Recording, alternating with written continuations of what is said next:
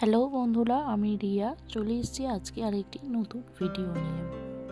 হুগলি জেলার চুঁচুড়ায় বিখ্যাত একটি মন্দির ষণ্ঢেশ্বর তলা বা ষণ্ঢেশ্বর ঘাট নামে পরিচিত। এটি গঙ্গার ধারে একদম অবস্থিত। এই মন্দিরটি 500 বছরের পুরনো একটি মন্দির। এই মন্দিরে অবস্থিত আছে অনেক প্রাচীন দেবদেবীর মন্দির। ষণ্ঢেশ্বর তলার এটি হলো প্রধান গেট। এই গেট দিয়ে আমরা ঢুকে প্রথমেই দেখতে পাবো একটি সিদ্ধেশ্বরী মায়ের মন্দির। প্রত্যেক বছর কালী পুজোর সময় এখানে ভোগ খাওয়ানো হয়, এছাড়া এখানে পুজোও হয় সেই সিদ্ধেশ্বরী মায়ের মন্দিরে। খুবই জাগ্রত এই মায়ের মন্দির।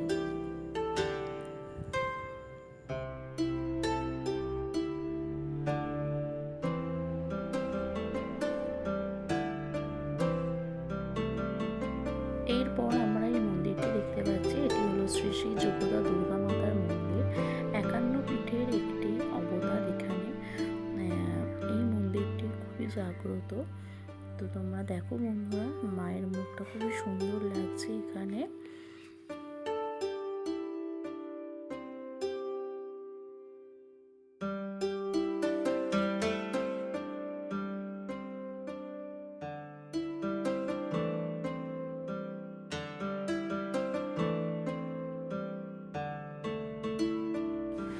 এরপর আমরা দেখতে পাচ্ছি শ্রী শ্রী বঙ্কু বিহারীর মন্দির।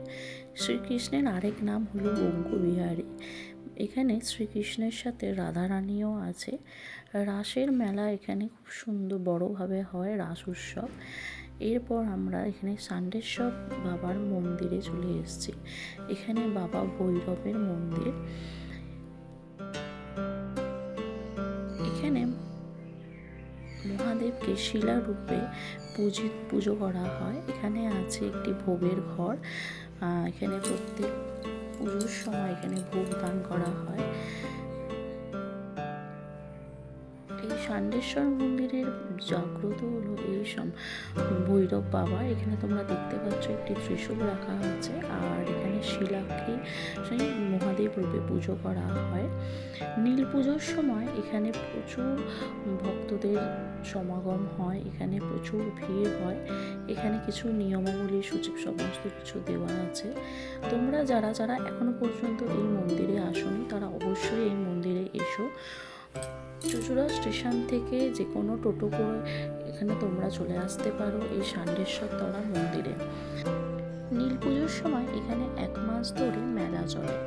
এই সময় বাবার সাথে লীলাবতীর বিবাহ করানো হয় বলে কথিত আছে। এই শিলাগুলি এই গঙ্গা থেকেই পাওয়া গেছে। এই শিলাগুলিও এখানে শিব রূপে পুজো করা হয়। ভিডিওটি আমার এখানেই শেষ হলো বন্ধুরা। ভিডিওটি ভালো লাগলে অবশ্যই লাইক করবে, কমেন্ট করবে।